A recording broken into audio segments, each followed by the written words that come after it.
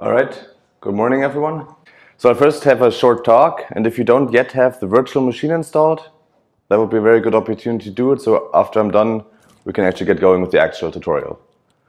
Okay, so my name is Krischer, and I'll do the tutorial today. But let me just start out by saying that ObsPy is not my own invention. Like, I'm very involved, but it's actually a big community project, and we have over 50 people who are largely directly involved in some sense, some sort of fashion. Just want to give some credits to everyone here. That's why I put the slide here. Okay, so for the schedule today, we start with a fairly quick talk now, so to get you all up to speed if you've never seen ObsPy before, what it can be used for. And then the afternoon, and after the talk in the afternoon, we'll do mostly actual practicals, so you actually get to learn how to use it. The talk is a very quick motivation of Python and science. Then we're going to talk about what ObsPy actually is, its applications, and the community we try to build around it. So why does, I guess this is a bit of a different audience, but for many scientists, they come to this and think, okay, why does this actually matter? Why don't you show me actual science? So we think that science does require tools. No matter what you do, you need the right tool for the job. And that's arguably very important in seismology. And in seismology, the tool happens to be computers. And it does, if you choose to invest time into learning these tools and also preparing new tools, in the big run, it greatly eases your life and you actually get more actual research done. And we think that Python is a very good tool for exactly that. So next question is, why should I choose Python and not just use whatever I'm using or my advisor is using or the other people in the room are using? Well, the big thing for us is it's used across essentially all sciences, continuously picking up momentum, building more things around it. It's additionally, and that's also a big thing, it's backed by a number of leading technology companies. So Google, Facebook, all the good ones. They use Python, though it's actually not a science language first, but it's a programming language first that just happens to be very good for science. Next thing here is simple, concise, and easy to read syntax. So if you read Python, if you know English and know some programming language, you can usually figure out what the program is doing. It's not obscure and hidden and nothing. Another thing, it's free and open source in comparison to some other things, and which, due to it being free and open source, it has acquired a large scientific community that all leverage the Python. Thus, you have a high impact and user base, and I said this before, but it's a general purpose programming language first and foremost. So if you want to build something very big, you can. You're not hindered by the abilities of the language itself. It's cross-platform, so you can run this anywhere. So we tend to run this on these very small machines and the Raspberry Pis up to our largest supercomputers. So no matter where Python is fully cross-platform, you can essentially run this everywhere. But more motivation, which scientists like, you don't need to compile it. There's an interactive cell, you can just type and see what happens, which if you do explorative science, it's very useful. And it's very easy, that's probably also very big in seismology, it's easy to interact with existing C and Fortran codes. So we have a large array of existing legacy C and Fortran code, you want to keep using them. And Python is able to provide a very good bridge for those.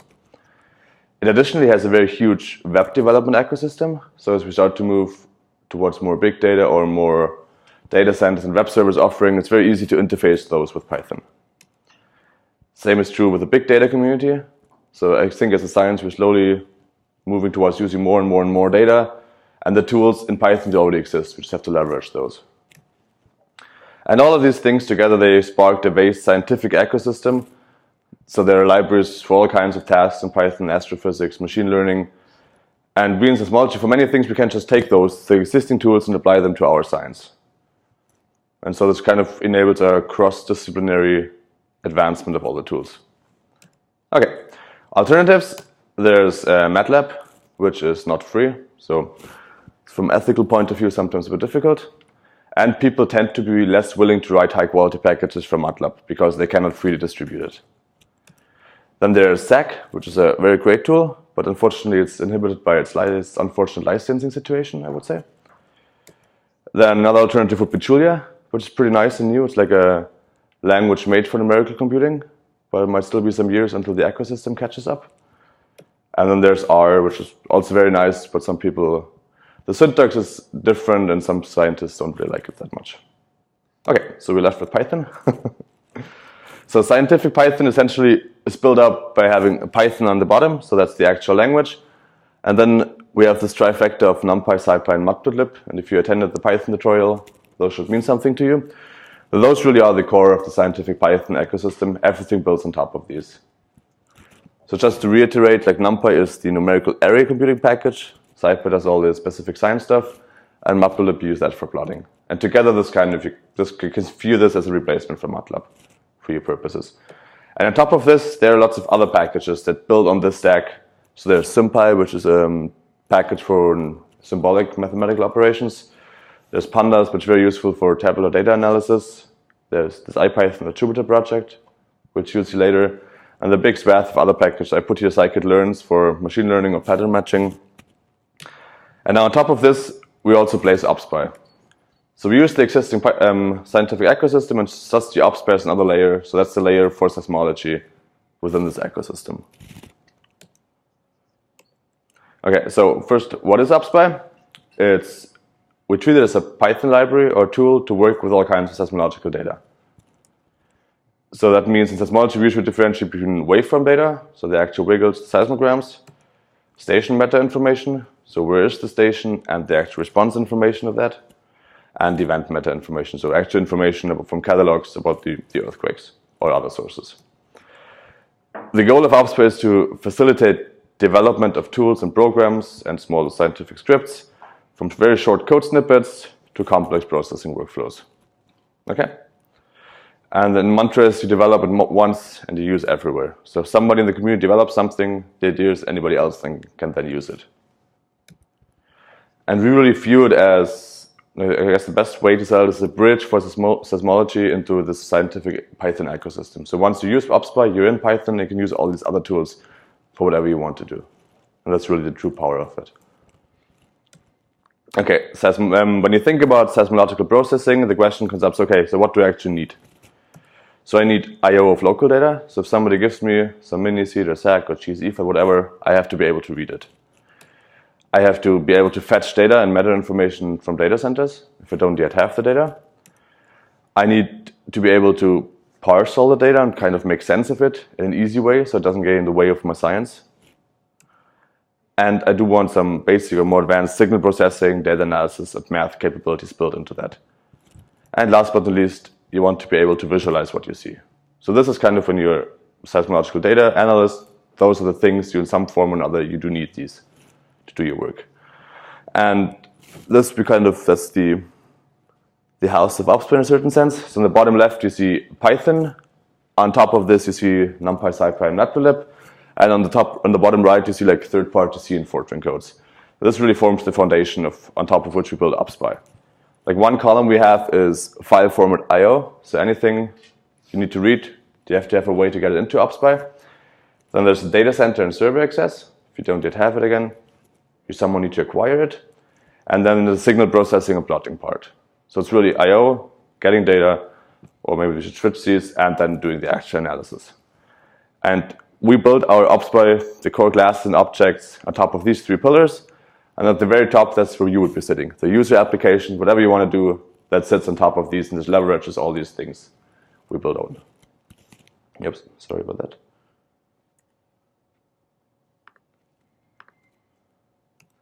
So to start, I'll go through all of these columns. We start with the I/O column.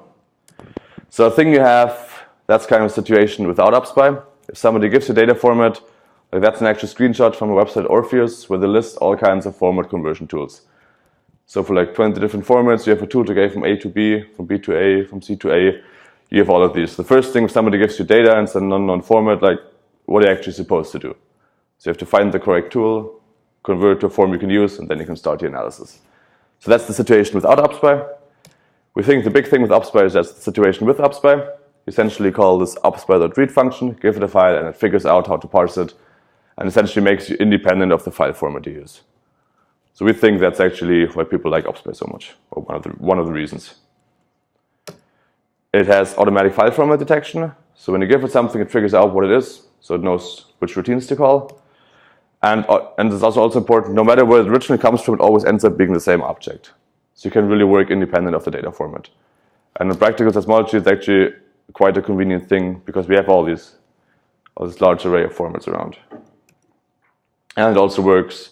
The routine is fairly smart. It works with packed files or URLs. It just tries to whatever you give it, it tries to make sense of it in a certain sense.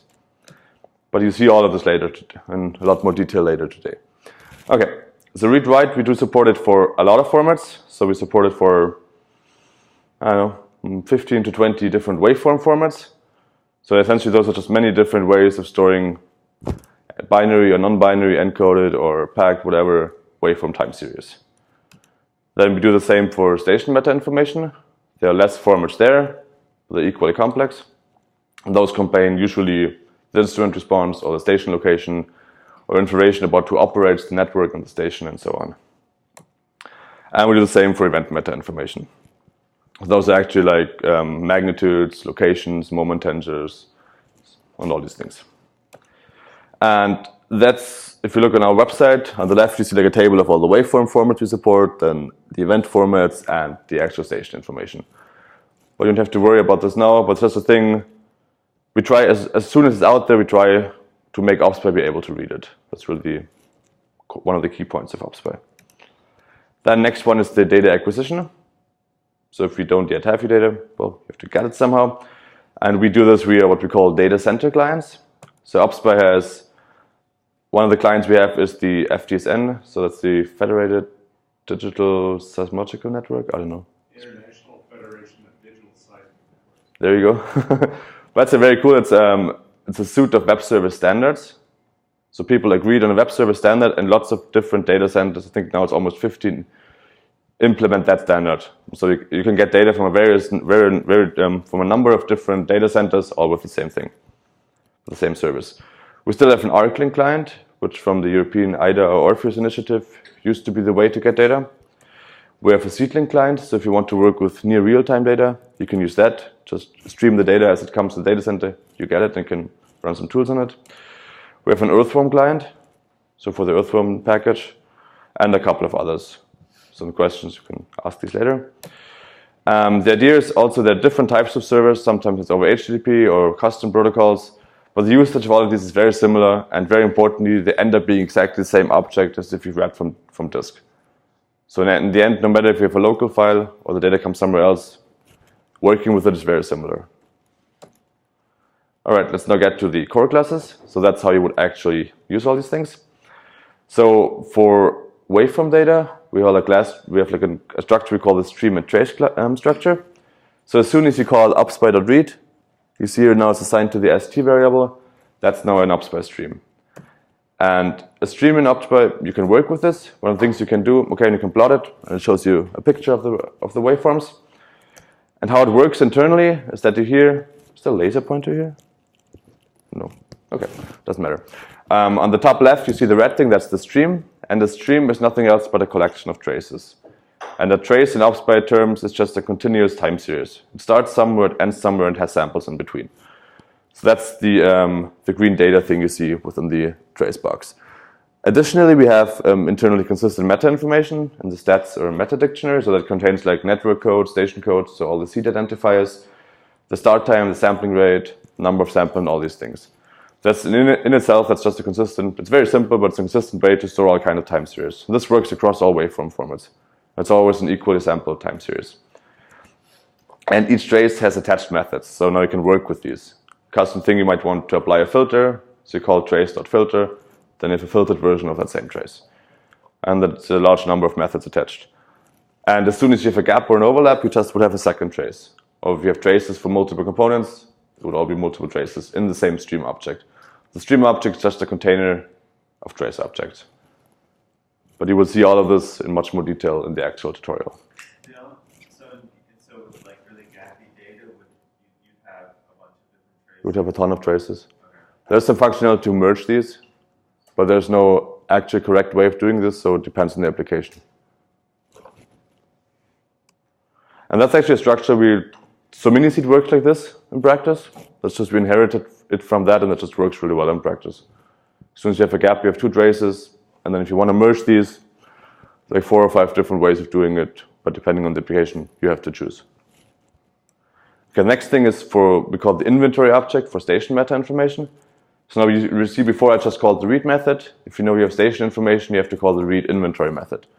Give it a file, it figures out the file format, and it constructs an inventory object. And once again, you can plot this. So this is, I think, for the TA network. I just plot the whole inventory and I get a map of where all the stations are. And we call it inventory because it might be a collection of networks. You see this actually here.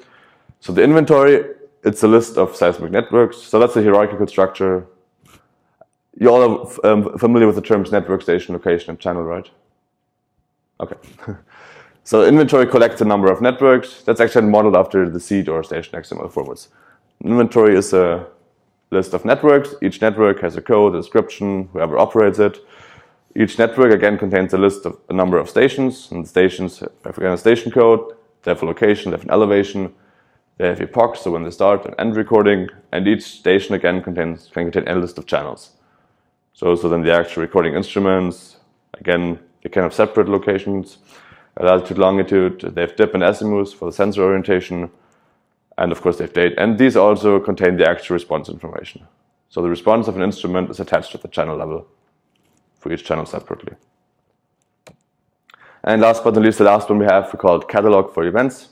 So this time we call the read events function, and what it will end up being is just a catalog, which is nothing else but a list of events. So once again, you can call plot. You see now a slightly different map with all the events in the catalog. And as I said before, a catalog is just a list of events, and each event can have a number of different origins or magnitudes or peaks or focal mechanisms. So in practice, we don't know the true location of an earthquake, so you can have multiple origins from different inversion algorithms within the same event.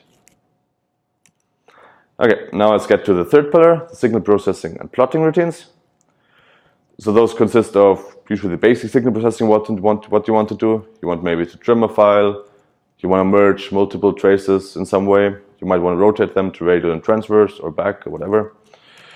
You might want to do some spectral operations. You want to filter the data in a certain frequency band. You want to resample it to a new sampling rate. You want to deconvolve the instrument response, all these things. We also have some more advanced tools. So we have area analysis tools, a number of those, cross correlations. We have for large, because ObsPy actually stands for Python for seismic observatories. So a lot of the functionality we have is very specific to seismic observatories. So we have a large number of different triggering algorithms. So when there's an earthquake, when there's no earthquake. We do have probabilistic power spectral densities for noise analysis of time series, and a large number of other things. Additionally, we have basic plotting routines. So as soon as you have data, you want a quick and dirty way to view them. And we've always seen all the plots. For the waveforms, for the station events, you can see this. And we also, additionally, we have for the instrument responses, you can just visually look at it and see if it somehow makes sense. And there are quite a number of other visualization routines, but you'll see this in the course of the day. So that's just some pictures of one of the various algorithms we have in ObsPy.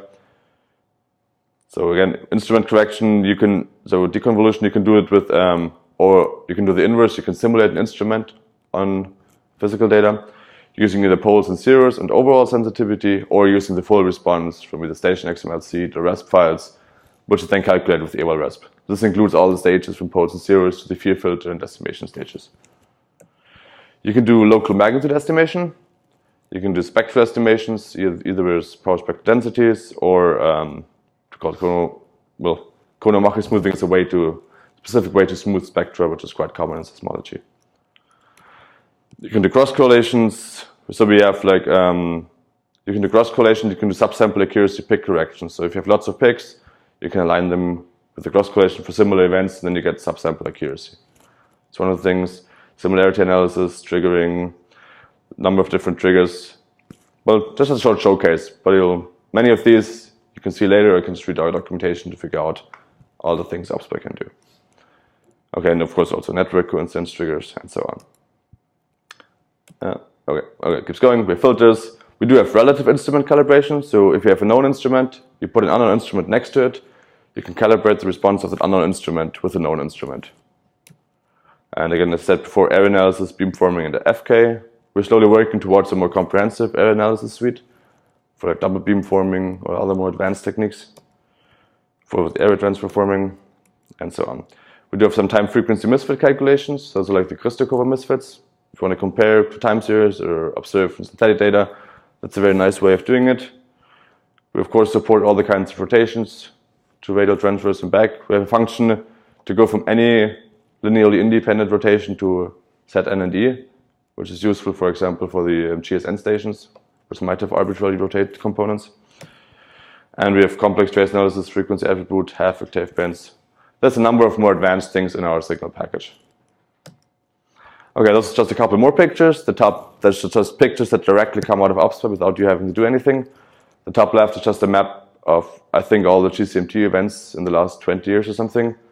The middle one is what we call a power spectral density, so it gives an estimate of the noise level of a station. The right one is a ray path plot. So we do have a tau p implementation for theoretical arrival times and ray path. The bottom left is a boat plot for the instrument response.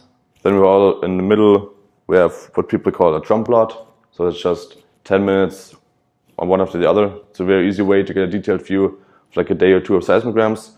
And the right plot is like an FK analysis of a seismic array. Okay, then the last pillar I said is going to use wrap C and Fortran codes. So we used to have Fortran codes, we got rid of them because it just makes our life with packaging much easier.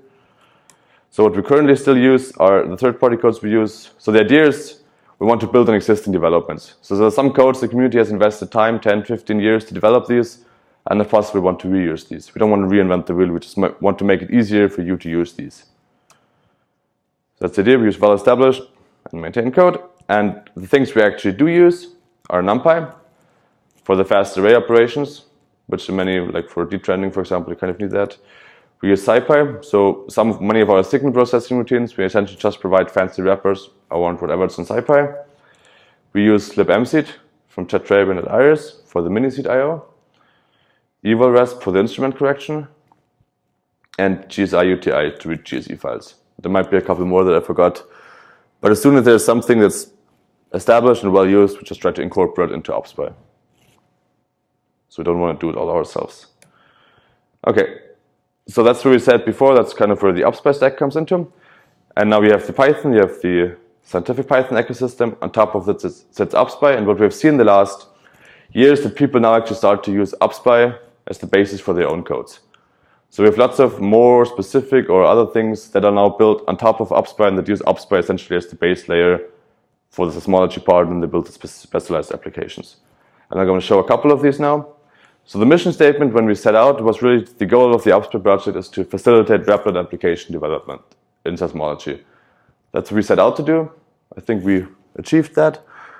But also lots of people use it in interactive ways for the normal data analysis. But this at least is quite nice to be, that was our original statement and we think we managed that.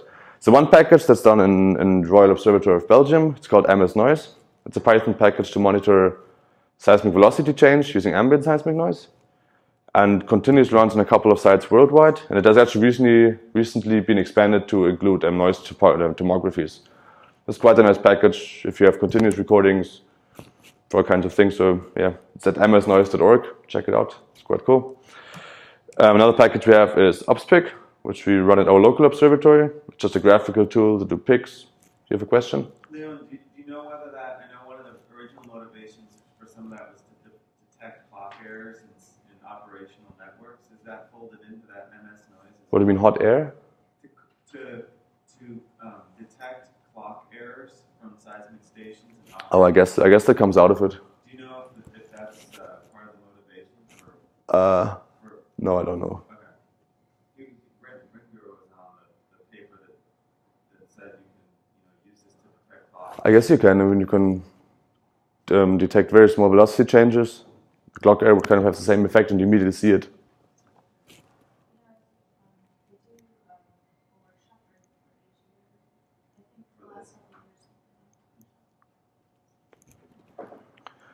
Right now there's ObsPy, which allows you to do all the pics and moment tensor inversions and event localizations in a nice and graphical way. Another one is InstaSeis, which is a tool to very simply or very fast generate synthetic seismograms for a 1D background model. Another thing is Gisela, that's done by a guy in Greece, and essentially it performs full moment tensor inversions and it's integrated into the SeisCom suite. On the backend also use ObsPy for some of the things. There's LaceSift, which is a framework to do large iterative inversions. And again, I just want to showcase some of this quickly. There's lots of other stuff, and we try to collect all these things in our website. So when people build things, Another nice thing we've seen that people tend to, when they do something with ObsPy, they tend to put it open source on GitHub, and people try to find it. So it happens a lot of times that people ask in our mailing list, "Wait, how can I do this?" And somebody links his own package, and people can just use that. And we hope just to, I don't know, that will continue, and people will write more and more things with ObsPy, and then we have all the things we need. Okay, let me use a couple of final words before we actually start with the tutorial. So the usage and community. The development in ObsPy, just a couple of stats. So we have around 53 people who directly wrote code for ObsPy now in the long run. Like, it's of course the smaller number that wrote the bulk, but that's all the contributions we get from researchers worldwide. We have around 10,000 commits now. One thing that ObsPy is really quite well tested, so we have tests for everything and we run these all the time, so to make sure it keeps working. Those are unit and partially integration tests. We tested in a continuous integration fashion, so after each commit, as well as a couple times a day on around 15 different platforms, just to make sure it keeps working on all these platforms that we try to support. And we have over 1,400 GitHub issues. That's usually somebody has a problem or something doesn't work or wants a new feature. We discuss it on GitHub. And you can see on the top right that we hover between 5 and 10 contributors each month. So we have quite a stable way of, there's a stable momentum going on. And same with the commits per month. And we have a website in the bottom right. It's like a tests.obspy.org, which we use to accumulate all the test information. If something goes wrong, we tell someone run the test, report it to us, then we can see what exactly went wrong. And that turned out to be pretty hard because even though Python is cross-platform, we as a library, we have to support like 5 or 6 years of all the library version that we support. So it's a very huge dependency matrix, which was quite an effort to make sure it keeps working. The development, well, that's our Git model, I guess. We do have a master branch where all the current state is, but we have a model where it also enables us to essentially have bug fixes for existing releases. So we release a version, then we keep developing new features, but at the same time, if there's a critical bug, we can fold it back into like the existing version and just release a small bug fix release.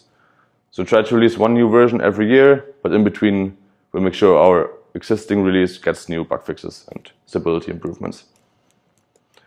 Okay, we have quite extensive documentation. You will have to use that a lot today. It's at docs.obspy.org. And there you can also see a gallery of plots and all the things you can do.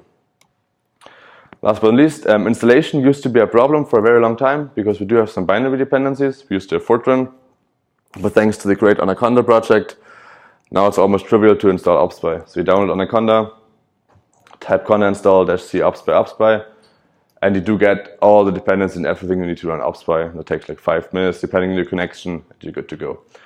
Additionally, we do maintain installers and packages for many platforms. So we have Windows packages. For Mac, we have MacPorts packages, and for we have Ubuntu Debian packages, Red Hat packages. Those are also our baseline of the operating systems we support. So we try to support all major Linux distributions that still have some life in them, so that didn't reach end of life yet. That means sometimes we have to go by like 5-6 years. So Debian and Red Hat are very slow distributions, but that's our baseline for the things we still support. The next question is, do people use it? Like, the big problem is we have no hard metrics because we all host it somewhere in the internet. People download it. We don't necessarily know. The top left is actually from data provided by Iris last year. So each dot represents one city where at least one person downloaded data with ObsPy from. So that's the kind of metrics we have. So we see there's some kind of distribution worldwide. We have currently, yesterday, we have 419 people on our mailing list. So we definitely I think some people use it. On the top right, what you see is those are the only metrics you can track. It's the downloads of the Debian and Ubuntu packages within 28 days. So we have, 422 downloads of our Debian packages after the new release in about a month. So we think that's quite a lot, but actually I think that's not how most people use ObsPy. Because if you look around here, everyone has a Mac, so you can't even use the Debian packages. On GitHub, we're quite happy about that. So we have, so the numbers, 90 is how many people watch all the issues. That's quite a lot because it tends to be quite active. And if you subscribe to it, you get like 20 emails a day. We have stars, which people like, okay, they like and they like it. But the really cool thing is the forks. So we have 160 people who at one point said, okay, they fork our repository and potentially make changes to ObsPy, which we hope to get back in the long run. Another metric we have the conda installation. So we have like 8,000 downloads over the last couple of months. But again, this doesn't equate to users, so we don't really know how many users we have, but we think we can convincingly show we have between 1 and a couple thousand. That's the user base we claim to have. All right. Another thing is really hard to get, this has been talked a lot about this week, like credit for software. So we have a couple of ObsPy papers, and currently we have around 180 citations. A big problem is many people don't cite us. I mean, we have some very distinct plots. You can clearly tell, or if you walk around HE, you can clearly tell that has been made with ObsPy, but it's just a tool. So we try to change awareness of that. And many don't cite us. Some just put ObsPy in the acknowledgements. It doesn't really give us a citation, so it doesn't help that much. But applications are actually ranging across all branches from seismology. So a common one are just event relocations, like ambient seismic noise studies, tomography, rotational studies, big data processing, attenuation, kernels, everything. So you can just look this up at Google Scholar, all the people that use ObsPy for something. So I think we're fairly pervasive in seismology in that sense. Okay, that's... Leon, sure. how would you like to be cited? What's the... we guess one of the papers we have. That helps us the most. I mean, we have DOIs for all of our releases. Yeah, do you like... Is that you want the paper plus the DOI? That's the optimal case, of course. Yeah. But I think we have like 1 or 2 citations of the DOIs. So most people tend to, if they cite it, they tend to cite the paper, which is nice. It pays us back our time a bit, I guess.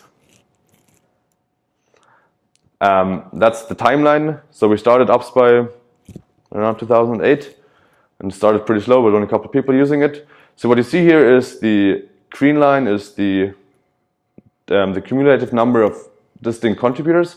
So actually it's a bit out of date, it's half a year out of date, but I didn't have the chance to update it. So the green line is how many people, distinct people contributed to ObsPy. So we hope this keeps growing. The black, different mouse here? No. The black spotted one is like the number of mailing list subscribers. This also keeps growing. And the red one, that's the number of cumulative citations we have. We hope this skyrockets. Looks a bit exponential right now. But another cool thing is the blue curve. So that's the current percentage of non-core developer commits. And by non-core, we say that's our small group in Munich. So we tend to get, as some of it maybe had like almost half the commits were not done by our group in Munich. That's really how we want to sell up. We want to get the community involved. And you see here, we hover between 40 and 50, 30, 40, 50% of completely external contributions based on commit count. Who pays? The question. We never had any formal funding for ObsPy. There used to be a couple of PhD students. We do this because we need it for ourselves, and we hope others like it. So if you just like it, just join us. Yeah, that's the call to get involved. There's always stuff to do. Like if you go to our GitHub, we must have a couple hundred open issues and other things we didn't get around to doing yet. We need, in the long run, we do need new people to sustain this. So it's nice we can do this right now, but for long term, we would like to get the community or the data centers ideally involved into helping maintaining this. And so yeah, right now I think it's a true community project. It's not done by a couple of people. We try to spread it out as far as possible, also to make it independent of us so it has a higher chance to survive in the long run. Okay, that's enough of me speaking. If there are any questions, yeah, I'm around all day. So yeah, so we do have a Twitter. Follow us at Twitter. So we tweet out updates of news, the stuff that's coming up and all the kind of things. And there's a mailing list, which if any questions, it's probably useful to follow. We also put new releases there and all the things. Yeah, and bottom is our GitHub.